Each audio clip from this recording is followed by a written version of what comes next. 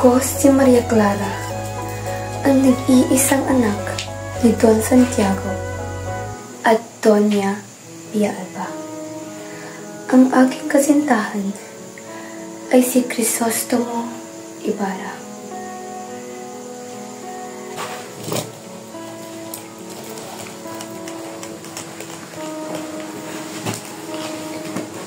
Pitong taon nang nakalipas pagkatapos nung umalis ka. Magkikita pa ba tayo muli, o aking mahal? Mula nung pumasok ako sa biteryo, ay marami nang tinanggap na parusa sa aking kumpisor dahil hindi ko matupad ang inuutos niyang paglimot sa iyo.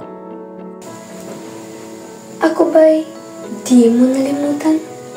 Di mo ba ako nalilimutan sa iyong paglalakbay sa maraming bayan na pinanahanan ng magandang dalaga?